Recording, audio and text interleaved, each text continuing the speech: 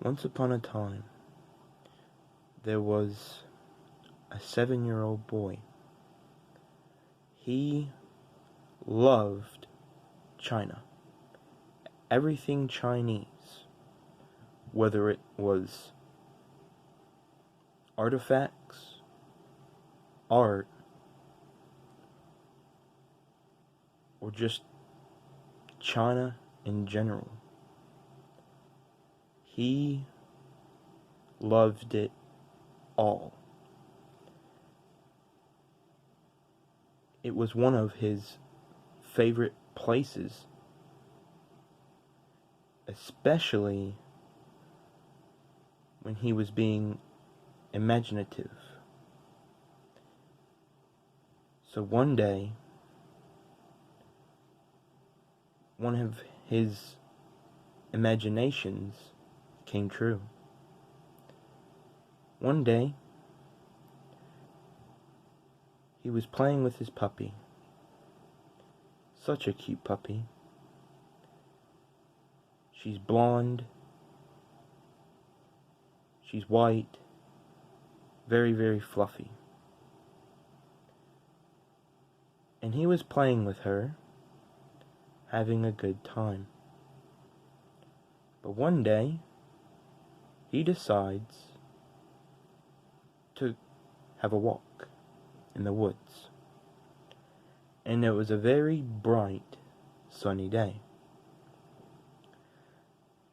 So, the little boy, the 7-year-old little boy, went into the woods and was just walking. And he was walking, and he was walking, and he was walking, until he stumbled upon a really tall Japanese tree in the woods. It was very old, but very beautiful. The little boy didn't know what to think. He thought to himself, this tree looks really cool. So he went up closer to it, and he noticed around the tree there was some mushrooms. And they weren't just any ordinary mushrooms. They were Japanese mushrooms. Very bright, very vibrant, very beautiful mushrooms. The type of mushrooms you can't eat, but you can look at and take pictures of. But what the little boy didn't know, there is a secret passage to an unknown world. And so, the little boy starts looking around the tree, because this little boy loved treasure as well. He would talk to his mom and dad about pirates. He wanted to be a pirate. He just loved it all. And he even heard of the old urban legend of Blackbeard. So he was fascinated by the whole pirate thing. So anyway, the little boy was looking around for treasure. But before he could even think about anything, he vanished. Just like that, he vanished. And you're probably thinking, where is he at? Well, that's a very good question. He's actually in China. And you're probably thinking, China? How did he end up there? Well, you know that secret passage I was talking about? There was a little dug out piece of dirt. It wasn't a hole. It was basically just some dirt moved to the side. And before you could even think, he was just gone. He was somewhere else. And he was in China. So the little boy stumbled into a very soft, grassy patch. And right next to him, there was a pond full of koi fish, all swimming around. And there was also lily pads with very beautiful pink flowers on top of them. Very beautiful. And right next to the pond was this very simple but lovely home. And it was made out of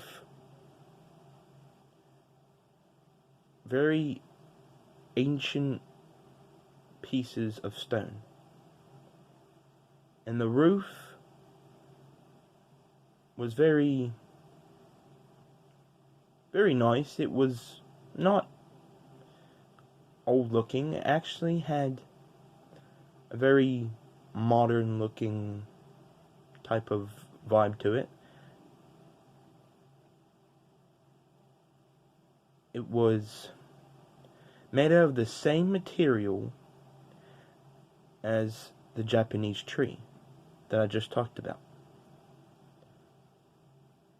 And so the little boy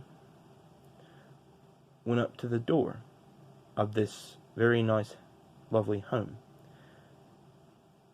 And out popped a Chinese man, and his name is Ling. And the little boy asked him, he said, "Sir, where am I?" And the man said, "Haha, you are in China." And the little boy said, "Really?" And Ling replied, "Yes, you are. And why are you here?" asked Ling. And the little boy said, "I was looking at this Japanese tree, and there was a bunch of very beautiful mushrooms around it, and poof, I was here." Ling said, "Ah, you have stumbled upon the old, ancient Japanese tree. It's a gateway to China." And the little boy had the most surprised face that you could ever imagine. He was so surprised. And he was happy. He had a big smile on his face, and he said, "Sir, is that your koi pond?" And Ling said, "Yes, it is. Very beautiful, isn't it?" And the little boy said, "Yes." He said, "Come with me." So the little boy followed this Chinese guy, Ling, and he walked into the village, and he just walked and walked and walked. And there were so many beautiful houses around him. He was staring at each and every one because they were just really cool. They were very well made, and a lot of them had pillars and Chinese designs on them. So the little boy and the Chinese guy kept walking. And then eventually, they stumbled upon a very somewhat medium-sized pond, and it had a bunch of lily pads in it, but there was no koi fish this time.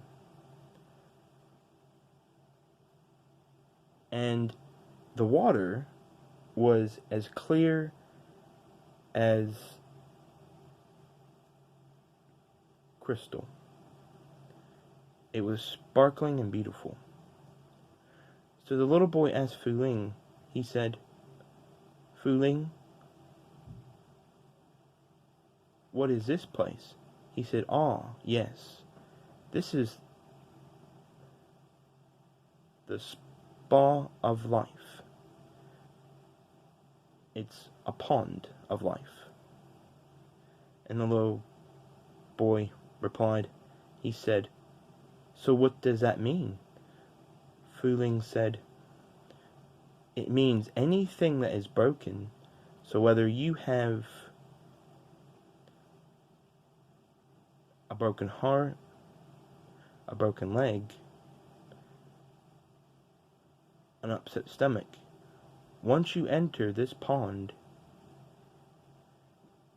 you are automatically healed." And so the little boy replied and said, "You know, I have a dad with a broken leg. Can he come here too and be healed?" Fu Ling replied and said, "Ah, yes, bring him." So the little boy went back home and he told his mom and dad about it. And his dad said, "Okay, buddy, let's go down there." So they went down there and they went to the tree and they stood there and they were in China. And Fu Ling was waiting right there for them and said, "Oh, yes, sir, come here." So the little boy and the dad walked to the Spa of Life, also known as, like I said, the Pond of Life. So the little boy and Fu Ling told the dad about what this pond could do. So the dad went into the pool and he had a broken leg. The pool of water, right? He went into the water and he stood in there for briefly 1 minute. And he hopped back out and his leg was healed. And he said, "Thank you so much. I appreciate this." So anyway, the little boy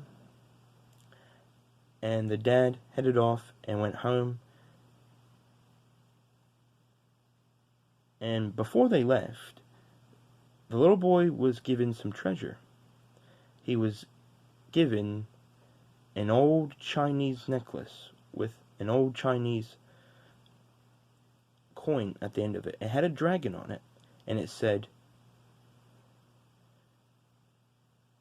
"May you always be imaginative." The end.